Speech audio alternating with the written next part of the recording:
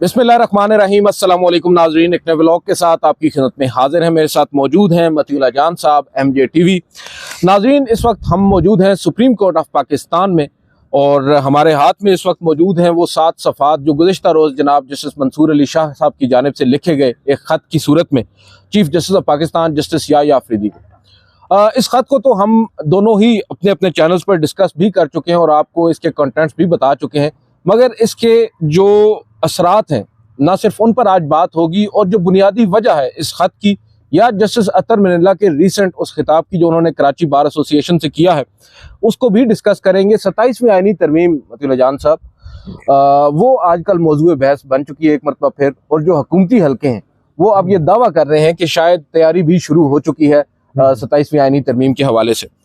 तो आपको क्या लगता है ये जो अचानक से हम देख रहे हैं, ना सिर्फ सुप्रीम कोर्ट ऑफ पाकिस्तान में जस्टिस अतर मिनल्ला हो या जस्टिस मंसूर अली शाह, बल्कि इससे पहले इसी हफ्ते जस्टिस बाबर सत्तार और जस्टिस जो हैं, सॉरी मैं नाम भूल, सरदार एजाज इसाक खान साहब, इन दो जजेस साहिबान ने भी खत लिखे और उसके बाद फुल कोर्ट मीटिंग में अपने अपने तहफ़्फ़ुज़ात का इजहार भी किया। तो आप क्या देख रहे हैं, क्या ये जो जजेस साहिबान एक मरतबा फिर से एक्टिव हुए हैं? गो के इनके बारे में अब आम तौर पर ये राय कायम हो चुकी है कि ये इंडिपेंडेंट जजेस हैं, किसी दबाव में नहीं आते और अपनी जो राय है बरमला उसका इजहार करते हैं।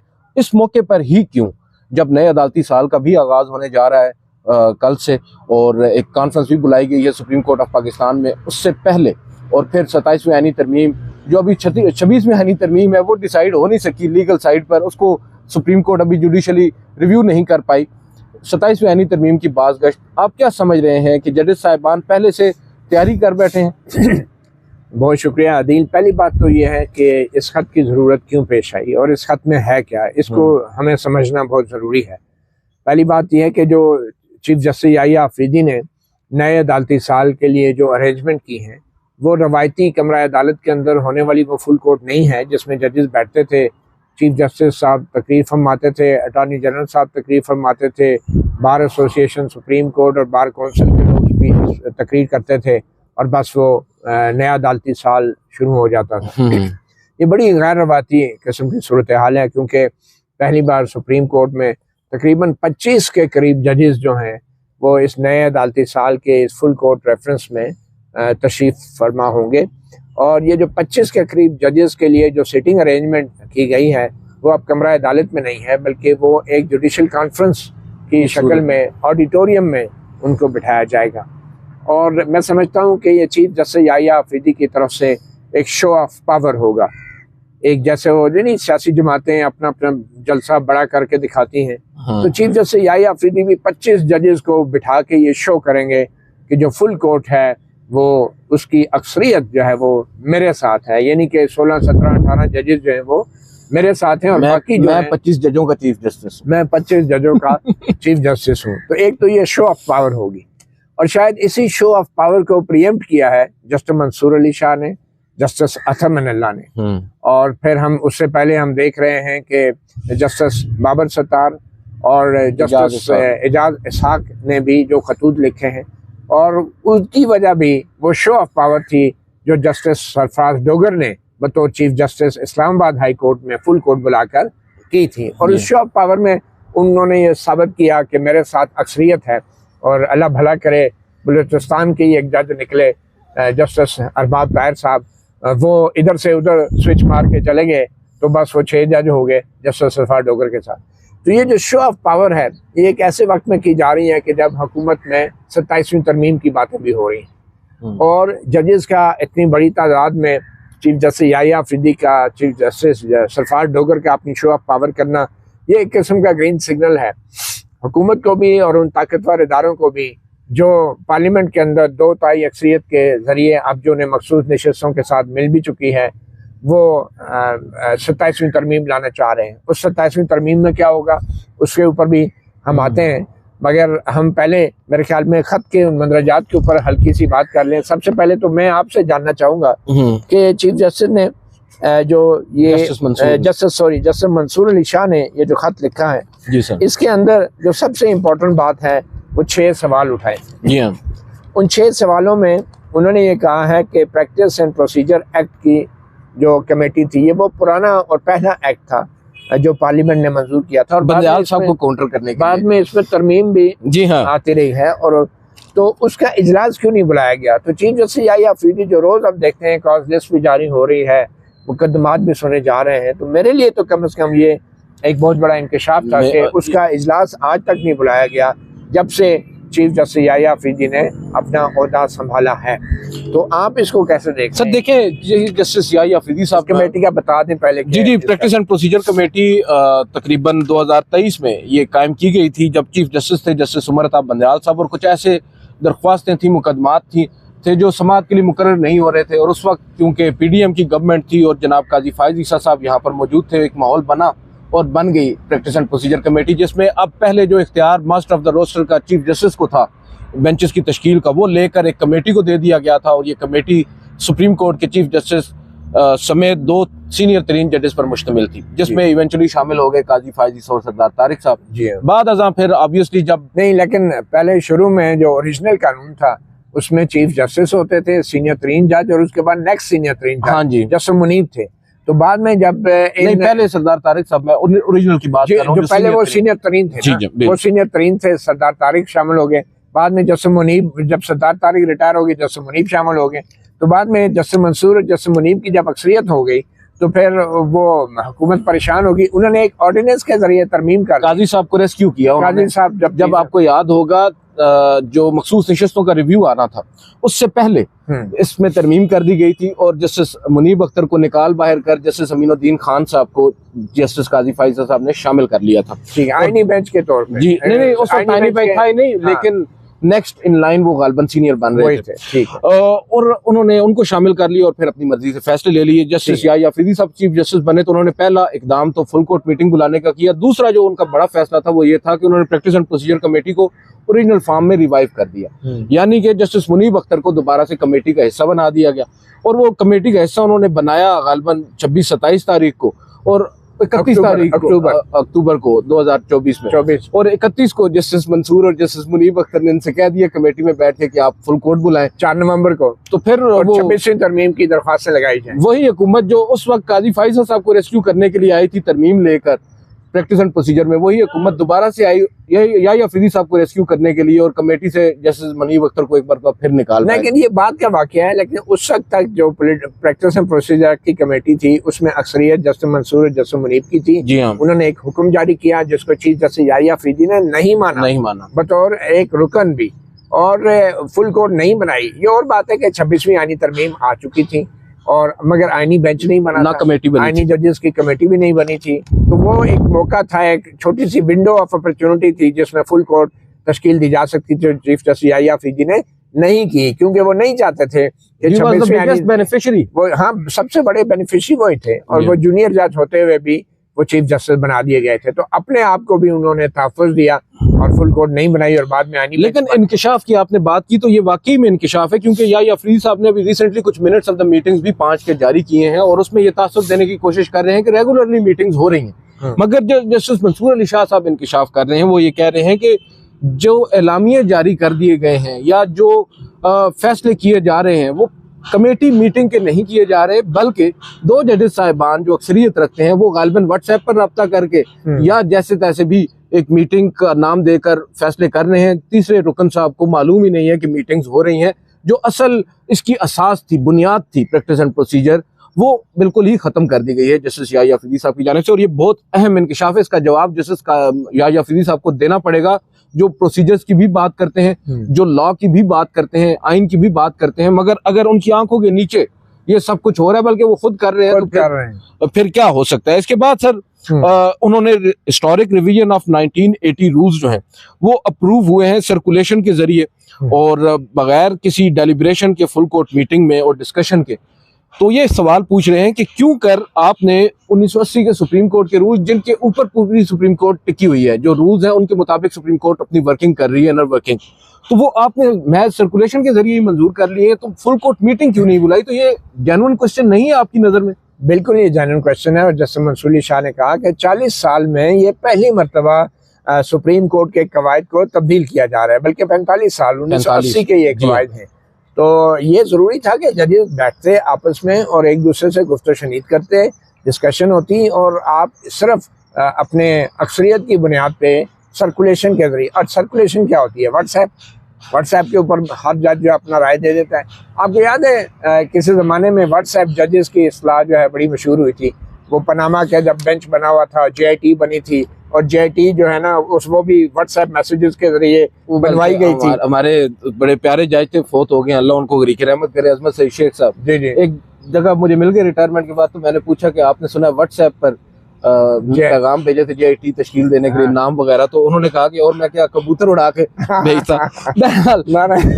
वो अब इस दुनिया में नहीं ये हो गया कि अब पूरी फुल कोर्ट ही व्हाट्सएप पे चल रही है। जी हाँ। वो जस्टिस मंसूर गिला कर रहे थे कि 3 जजों की कमेटी का इजलास नहीं होता और शायद वो व्हाट्सएप पे कर लेते हैं, तो पूरी फुल कोर्ट जो है मुझे लगता है कि व्हाट्सएप पे सर्कुलेशन के जरिए अब आप कवायद जो है अब आप देखें ना, वो एक फुल कोर्ट मीटिंग, एक फुल कोर्ट समाअत जो है मुकर्रर करने के लिए जस्टिस याहिया अफरीदी साहब ने उस वक्त जो तावील पेश की या वजाहत पेश की, वो ये की कि मैंने इस सर्कुलेशन के जरिए तमाम जजेस साहिबान, जिनमें से 9 की अक्सरियत ने कहा है कि आईनी बेंच को भेजना चाहिए, फुल कोर्ट में नहीं लगाना चाहिए। चले वहां तक फिर समझ में आ जाता है, आपने अदालती कमेटी के फैसले को नजरअंदाज कर दिया, सर्कुलेशन के जरिए जजेस से राय ले ली, अभी तक साबित शुदा नहीं है कि उनकी क्या राय थी। वो आप कह रहे हैं कि 9 जजेस साहिबान थे।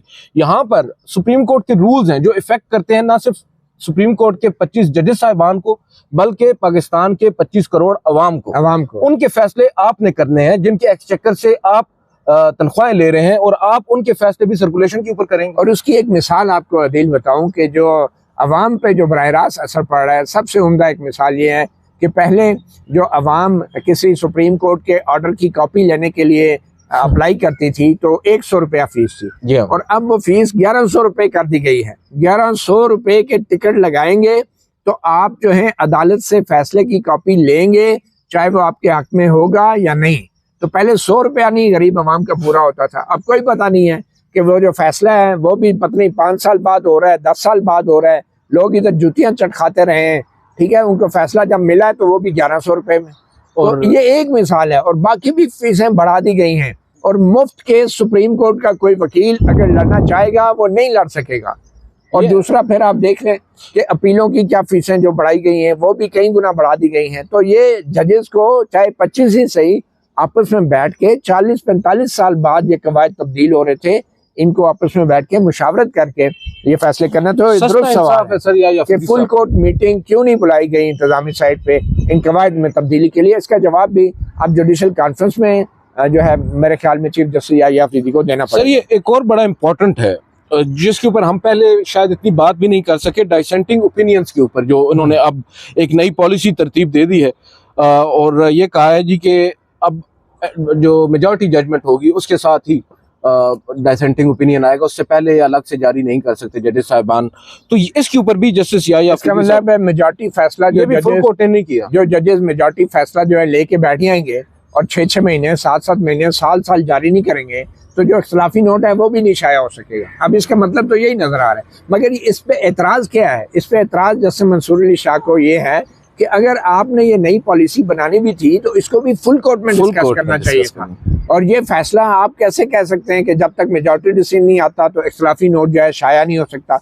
ये फैसला फुल कोर्ट में डिस्कस होना चाहिए। कि कई बार तो आपको पता है जो मेजॉरिटी डिसीजन है जी हाँ, वो आपको पता है कि वो लेके जजेस बैठ जाते हैं और जो इख्तलाफी नोट है वो सामने नहीं आ सकता। तो इसकी या तो कोई मुद्दत मुकर्रर कर देते हैं अदील कि जो भी फैसला है 6 महीने के अंदर 4 महीने के अंदर आएगा, और अगर नहीं आएगा तो फिर इख्तलाफी नोट को शाया करना लाजमी होगा। कम से कम कोई ऐसी शर्त रख देते। लेकिन ये तो बड़ा ही कंट्रोलिंग है कि न सिर्फ ये कि जजेस जो मेजॉरिटी में उनका फैसला माना जाएगा, बल्कि जब तक वो फैसला नहीं देते इख्तलाफ करने वाले जजेस की जो राय है वो मंजर आम पे आ ही नहीं सकती। ये तो आप जजेस को सप्रेस कर रहे हैं, उनकी इख्तलाफी राय को सप्रेस कर रहे हैं, उनको दबा रहे हैं उनकी आवाज को। ये तो एक किस्म का आपने फैसले पे तो कंट्रोल दिया मेजॉरिटी को, लेकिन जो माइनॉरिटी के जजेस हैं उनकी राय और उनकी आवाज को भी दबाने का और कंट्रोल करने का हक आपने उन जजेस लेकिन जो और वो भी पॉलिसी के जरिए। बिल्कुल, ये कौन सी अदलिया की आजादी है? देखो पॉलिसी भी क्या, जनरल स्टैंडिंग ऑर्डर्स है। अब ये जो अगला चौथा सवाल है वो ये बात रख रहे हैं कि लीव के ऊपर आपने एक जनरल स्टैंडिंग ऑर्डर जारी कर दिया है, कि जजेस दैट सब्जेक्ट्स जजेस to controls inconsistent with judicial independence and the presidential order of 1997। इसके ऊपर उन्होंने बड़ी इंपॉर्टेंट यहाँ पर बात की है।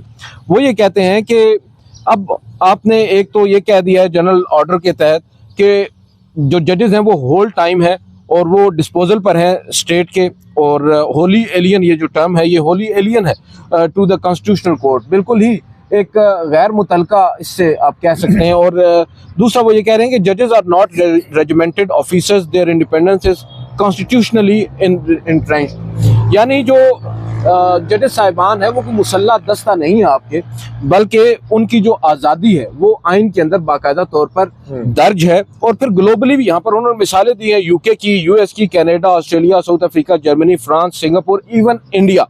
वो ये कहते हैं कि किसी भी एपेक्स कोर्ट में जजेस को होल टाइम के तौर पर, स्टेट फंक्शनरीज के तौर पर, होल टाइम स्टेट फंक्शनरीज के तौर पर ट्रीट नहीं किया जाता। और फिर वो ये कहते हैं कि लीव जो है वहां पर रिकॉग्नाइज है as an entitlement, not as a favour. वहां पर जो आपकी छुट्टी होती है ना जजेस की, वो उनकी एंटाइटलमेंट होती है, वो फेवर के तौर पर नहीं दी जाती। वैसे अदील, मैं आपको एक पर्सनल वाकया सुनाता हूँ, ये कोई 8 साल पुरानी बात, ठीक है।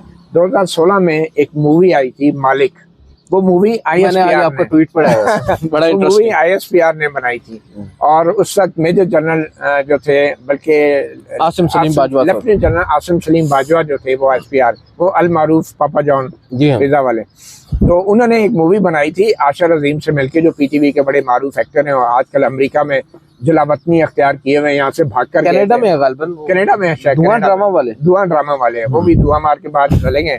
पर ये है कि जब ये मूवी आई मालिक ISPR के तावन से तो उस मूवी के अंदर प्रोपेगेंडा किया गया, सियासतदानों के खिलाफ, सियासी जमातों के खिलाफ नफरत पैदा की गई। एक सिंध का वज़ीर आला दिखाया गया जो अपने वजारत आला के जो सरकारी रिहाइशगाह है उसके बेडरूम में एक बच्ची का रेप कर देता है, और फिर बाद में उसकी बच्ची का एक जो भाई होता है, वो कबायली होते हैं, वो किसी तरह उस घर में आ जाता है, वज़ीर आला हाउस में आ जाता है, और जब उसे मारने लगता है तो एक रिटायर्ड मेजर जो सिक्योरिटी कंपनी चला रहा होता है, जो आशर अजीम होता है, वो उसको गोली मार के मार देता है, उसको वो जख्मी करके नीचे गिरा देता है।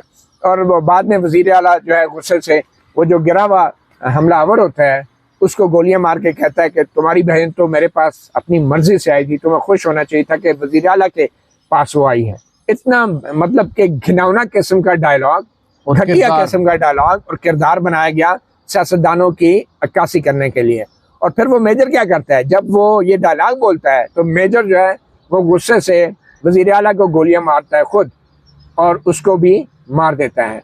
और फिर सीन ये बनता है कि शायद दहशतगर्द की गोलियों से वज़ीर आला मर गया और मेजर साहब की गोलियों से जो है वो दहशतगर्द मर गया, और कहानी मुक गई उधर। मगर मैं बच्चों के साथ फिल्म देख रहा था, मेरे घर वालों ने तालियां बजाई उस मेजर के लिए, लेकिन मैं परेशान हो गया कि कुछ अर्सा पहले एक पंजाब के गवर्नर को उनके सरकारी बावर्दी गार्ड ने सरकारी असला इस्तेमाल करके गोलियां मार के मार दिया, ठीक है। तो ये किस किस्म का पैगाम ग्लोरीफाई किया गया था कि ये सियासतदान इतने घटिया हैं, इतने कमतर हैं कि इनके ये दे डिजर्व दिस। मतलब ये लेफ्टिनेंट जनरल आसिम सलीम बाजवा के ISPR की एक मूवी थी, और जो सेंसर बोर्ड के अंदर नून लीग वाले भी बैठे थे, ISPR के लोग थे, ISI एजेंसियों के लोग थे, उन्होंने बजाय जबरदस्ती ये फिल्म मंजूर करवाई सेंसर बोर्ड से। और जो नून लीग के जो बुज़दिल लोग थे, जो ब्यूरोक्रेट थे, कुछ जर्नलिस्ट भी थे, वो शायद या तो उस इजलास में शरीक नहीं हुए, उन्हें बताया नहीं गया, या फिर वो बोल नहीं सके कि भाई ये कैसी मूवी आपने बनाई है। वो चल गई, वो मूवी चलाई जब कुछ सिनेमा में, मैंने भी देखी, मैंने बाद में दोबारा जाके देखी फैमिली से हट के, मेरे साथ जर्नलिस्ट वहीद मुराद साहब थे, उनको साथ बिठा के। तो फिर हमने उस पर एक प्रोग्राम किया, वक्त न्यूज़ टेलीविजन पे हमने एक प्रोग्राम किया। प्रोग्राम में मैंने आशर अजीम को बुलाया, मैंने जो सेंसर बोर्ड का मेंबर था, नून लीग वाला कोई था, उसको बुलाया, वो दोनों भाग गए, आशर अजीम भी भाग गया। और स्टूडियो के अंदर हमारे साथ वो कयूम सदीकी साहब थे एज ए गेस्ट, वो बैठे हुए थे। और जब आप दोस्त हुआ करते, जब वो रिपोर्ट मैंने चलाना शुरू की इस मूवी के बारे में और बताना शुरू किया कि ये मूवी एक साजिश है सियासतदानों और जमहूरियत के खिलाफ, तो लाइव नशरियात थी लाहौर से, वक्त न्यूज़ टेलीविजन की वो नशरियात कट कर दी गई, बंद कर दी गई, और इश्तिहार चलना शुरू हो गए। और हम इंतजार कर रहे हैं आप दोबारा हमारी तरफ आएंगे। वो पूरा 1 घंटा हम बैठे रहे स्टूडियो में, बल्कि डेस्क बजाते रहे, वापस नहीं आई वो लाइव नशरियात, और नहीं चलने देगी। पैसा तो कमा लिया ना बाद में। अब देखिए, पता नहीं वो कौन सा किसका इश्तिहार था, आपको पता है इश्तिहार भी कैसे होते हैं उस वक्त। तो बाद में मैंने फिर इंफॉर्मेशन मिनिस्टर से बात की, शेख रशीद साहब थे। मैंने कहा ये आप लोग क्या कर रहे हैं, मतलब क्यों आपने नशियात बंद, हम तो हुकूमत को ही जानते हैं। उन्होंने कहा ऐसी कोई बात नहीं है, और बल्कि उन्होंने भी कहा कि मैं इस फिल्म को नोटिस लेता हूँ। और बाद में वो फिल्म पहले सिंध में पहले बैन हो चुकी थी, क्योंकि बज़ाहिर वो बेनज़ीर की तस्वीर भी थी उस बेडरूम में जहाँ पे लड़की का रेप हो रहा था। फिर वो वफाकी हुकूमत ने भी उसको बैन कर दिया, और बज़ाहिर फिर यासिर अज़ीम का झगड़ा हुआ और वो बाहर चले गए और मूवी नहीं चल सकी। बताने की बात यह है कि उस मूवी का जो ओपनिंग सीन था वो बड़ा ख़तरनाक था। उस ओपनिंग सीन में वो जो निजी सिक्योरिटी कंपनी का मैनेजर साहब थे, उनकी कंपनी थी, वो जज के हाउस को शायद गार्ड कर रही थी। उसमें एक शहरी दीवार फलांग के जज के बेडरूम में घुस जाता है, जज को जगा के कहता है तुम एक सरकारी मुलाजिम हो, तुम रियासत के मुलाजिम हो, तुम अवाम को जवाबदेह हो, और तुम्हें अगर तुम फैसले सही नहीं करोगे और अपनी ताकत का सही इस्तेमाल नहीं करोगे तो ये अवाम जो है तुम्हें डिसमिस कर देगी, तुम्हारे नौकरी से बरतरफ कर देगी। वो जो बेडरूम में शहरी बैठा हुआ दिखाया, उस वक्त वो जज की वीडियो बाहर सिक्योरिटी कंपनी की गाड़ी के टीवी स्क्रीन पे नजर आ रही थी। मीन्स के सिक्योरिटी कंपनी वाले खुद जज को मॉनिटर भी कर रहे थे। तो मुझे वो इस्लामाबाद हाई कोर्ट के जजेस का वो याद आ गया कि जिसमें एक जज के कमरे से बेडरूम से वीडियो कैमरा बरामद हुए थे। तो बहरहाल एंड उसका ये होता है कि जनाब वो उसको जज को कहता है कि अंदर 15 दिनों में ये फैसले करो वरना मैं तुम्हें हटा दूंगा। अच्छा, ये माइंडसेट देखें। और आशिर अजीम इस्तेमाल हुआ, वो एक अलाकार था, वो पैसों की खातर उसने अपना ज़मीर, अपना ईमान और अपने नजरियात को ISPR को बेचा, और ISPR ने खरीदे और इतनी घिनौनी और घटिया फिल्म बनाई। ये भी हो सकता है पैसे की खातिर ना किया हो, वो उस वक्त उनका माइंडसेट ही हो, माइंडसेट हो या दबाव था या जो भी था, पर आशिर अजीम साहब इस्तेमाल हुए और बड़ी घटिया और घिनौनी किस्म की फिल्म बनाई और लोगों के अंदर नफरत पैदा करने की कोशिश की। और वो जो मैंने आपको मंजर बताया ना वज़ीर आला के मारने का, वो अगर कोई आम आदमी ये फिल्म बनाता तो वो जेल में जाता, ठीक है, रियासत के खिलाफ बगावत का उस पर इल्जाम लगता। लेकिन क्योंकि ISPR की बनी मूवी थी, नवाज शरीफ को इतनी हिम्मत नहीं थी, नहीं, ऐसी मूवीज के ऊपर तो इन्वेस्टिगेट होना चाहिए ना, जिसमें फौज जो है उसको सियासी सरगर्मियां करने की इजाजत ही नहीं है, और वो फिल्में बना के अपनी रियासत और हुकूमत के खिलाफ और अदलिया के खिलाफ नफरत पैदा कर रही है लोगों में। तो वो फिल्म आज भी यूट्यूब पे पड़ी हुई है, आप देख के आपको खौफ आएगा कि किस किस्म के लोग माजी में साजिशें करते हैं। मैंने एक दिन कोशिश की थी जब ये आई थी मूवी देखने की, और मुझे इसका समझ नहीं आया। और इसका जो है ना, इसका ताल्लुक बराह रास्त उस बात से जो जस्टिस मंसूर अली शाह कर रहे हैं कि जज जो हैं उनको रियासत का 24 घंटे का मुलाजिम नहीं कहा जा सकता। पूरी दुनिया की उन्होंने मिसालें दी, और ये मूवी वो माइंड सेट है जो अब 26वीं यानी तरमीम के बाद नजर आता है, और जिसको जस्टिस मंसूर अली शाह ने बेनकाब किया। और इसमें ना वो आगे चल के बड़ी अहम बात कर रहे हैं, वो ये कह रहे हैं कि ये जो GSO है, जनरल स्टैंडिंग ऑर्डर है, ये confines ex Pakistan leave to 5 categories, 5 categories बनाई गई हैं जी। एक पिलग्रिमेज, एक official nomination, awards, medical emergency and graduation ceremonies. Graduation ceremony किसकी? बच्चों की ऑब्वियसली। कितने बच्चे होंगे? अगर किसी के 5-6 बच्चे हैं तो वो बच ग्रेजुएशन। अभी एक स्टोरी हम करेंगे ना नेक्स्ट व्लॉग में, जिसमें हम बताएंगे ग्रेजुएशन सेरेमनी भी एक जज के साथ अभी रिसेंटली गए। हाँ, वो करेंगे, हम जो गए थे अभी तकरीर करके आए। But anyway, these restrictions are not envisaged in the presidential order number 2 of 1997, or at best they may be considered permissible categories for leave, but they cannot be exhaustive. Judges may also seek leave for variety of... बात ये है कि ये जो category बना दी गई है छुट्टियों की, इसके मुताबिक तो जिन जजों के बच्चे नहीं हैं वो छुट्टी पे ग्रेजुएशन का बहाना बना के नहीं जा सकते, ठीक है। और फिर ये जो कैटेगरी बना दी गई हैं, इसका ये मतलब नहीं है कि इसके अलावा जजेस जो है बाहर जाके रिलैक्स करने के लिए अपने कोई टेंशन हो जाती है, कोई मसला नहीं सर, ये बड़े अच्छी एग्जांपल्स दे रहे हैं ना। सवाल ये है कि क्या कोई मतलब कि इनका कोई क्लैरिटी नहीं है। वो ये कह रहे हैं कि जजेस की जो मराहत और तनख्वाहें टर्म्स होती हैं वो सदर ममलकत तय करते हैं। जी हाँ। तो ये खुद चीफ जस्टिस ने कैसे नोटिफिकेशन निकाल दिया? ये तो सदर ममलकत का जो 1997 का ऑर्डर है उसमें तरमीम होनी चाहिए थी, और ये बड़ी जेन्युइन वजह भी बता रहे हैं ना क्यों किया गया। अभी आपको रिसेंटली याद है जस्टिस मंसूर अली शाह साहब ने सऊदीया में एक कॉन्फ्रेंस जाना था, उन्हें छुट्टी नहीं मिली। अतर मिनल्ला साहब को न्यूयॉर्क बार एसोसिएशन ने बुलाया, जो बड़ी प्रेस्टिजियस बार है, वहां पर उन्होंने तकरीर कर दी। वो तकलीफ थी जस्टिस आयशा मलिक। क्यों तकलीफ थी इनको? क्या अगर वो जा रहे थे बड़े-बड़े फोरम्स पे जा रहे हैं? गालिबन जस्टिस काजी फाइज साहब चीफ जस्टिस थे, और उन्होंने मेरी इत्तलात के मुताबिक ये पूछा था जब NOC लेने के लिए दरख्वास्त दी गई, एक प्रोसीजर होता है ना चीफ जस्टिस को, तो उन्होंने आगे पूछा कि ये मुझे क्यों नहीं बुलाया अमेरिका वालों ने। तो अब यही मसला बाकियों का भी हो। जस्टिस जस्टिस आयशा मलिक को भी रिसेंटली अवार्ड दिया गया बाकायदा तौर पर, वो मुझे अब याद नहीं आ रहा वो आप कौन ये कहना चाह रहे हैं ये जो आईनी जजेस के बेंच के जो आईनी बेंच के जजेस हैं ये इस काबिल ही नहीं है? नहीं मैं नहीं कह रहा सर, ये आप कह जो रहे हैं। इनको बुलाया जाए। नहीं ये आप कह रहे हैं। अच्छा एक आईनी बेंच का जज जो अभी बाहर गया था जिसकी आपने बताया कि स्टोरी करनी है, जी वो बजाय जो है वो शायद यही खलापुर करने के लिए एक फंक्शन में पहुंच गए थे, वो कैसे उसके ऊपर भी बात करें। और फिर अच्छा येल हार्वर्ड यूनिवर्सिटीज जो हैं लीडिंग लॉ स्कूल्स दुनिया भर में और रिकॉग्नाइज्ड जो प्रोफेशनल बॉडीज हैं जैसे न्यूयॉर्क बार एसोसिएशन, आपने उनको भी विजिट करने से पाबंदी आपने लगा दी है फ्लिमजी किस्म के ग्राउंड्स के ऊपर। तो ये इंतहाई अफसोसनाक है कि जजेस साहिबान और वो आगे बता रहे हैं कि भाई हम वहां पर अपने प्लेयर के लिए नहीं जाते। आपके ख्याल में जस्टिस अमीनुद्दीन को अगर हार्वर्ड यूनिवर्सिटी में बुलाया जाता है तो वहां जाके वो क्या बात करेंगे? हार्वर्ड यूनिवर्सिटी में इमेजिन करें। देखिए अब आप वो सुप्रीम कोर्ट के बड़े फाजल जज हैं, फाजल आईनी बेंच के सीनियर मेंबर हैं। अच्छा, और मैं समझता हूँ कि उन्हें जहां भी बुलाया जाए, मैंने भी उन्हें फाजल ही कहा है, मैंने कौन सा फारक कहा है? बस सारे फाजल जज हैं। मैं ये कह रहा हूँ कि अगर सुप्रीम कोर्ट तक पहुंच गया तो हार्वर्ड क्या है सर, वहां पे जाके क्यों नहीं वो तक? नहीं, हार्वर्ड में जाने के लिए फिर आइन में मजीद तरमीम करनी पड़ेगी जो वो भी अमेरिका के। बिल्कुल। अच्छा, नेक्स्ट क्वेश्चन है कि 26वीं तरमीम के खिलाफ जो दरख्वास्तें हैं ये पुरानी वाली फुल कोर्ट जो पहले 15 जजेस है उनके सामने क्यों नहीं लगाई गई और क्यों लगानी चाहिए वैसे? सर क्योंकि ऑर्डर है। प्रैक्टिस एंड प्रोसीजर कमेटी का 31 अक्टूबर को होने वाला इजलास, जिसमें जस्टिस मंसूर भी हैं, जस्टिस मुनीब भी हैं, अक्सरियत से वो फैसला करते हैं कि 4 नवंबर को आप फुल कोर्ट के सामने लगाएं 26वीं आईनी तरमीम के खिलाफ दायर तमाम दरख्वास्तें। अब यहाँ पर न सिर्फ वो ये कह रहे हैं कि आप वो मुकर्रर करें उसी बेंच के सामने, बल्कि legitimacy of the office of the chief justice को भी सवालात उठा रहे हैं। जनाब या याफिदी साहब जिस दफ्तर में बैठे हैं वो कह रहे हैं कि आप जिस दफ्तर में बैठे हैं जनाब उसकी तो अपनी लेजिटिमेसी अभी तक तय नहीं हुई। 26वीं आईनी तरमीम के ऊपर जब तक सुप्रीम कोर्ट बाकायदा तौर पर उसे वैलिडेट नहीं कर देती, आप तो खुद हवा में हैं। इसी वजह से शायद 1 साल होने को है और ये मुकर्रर नहीं हो रही।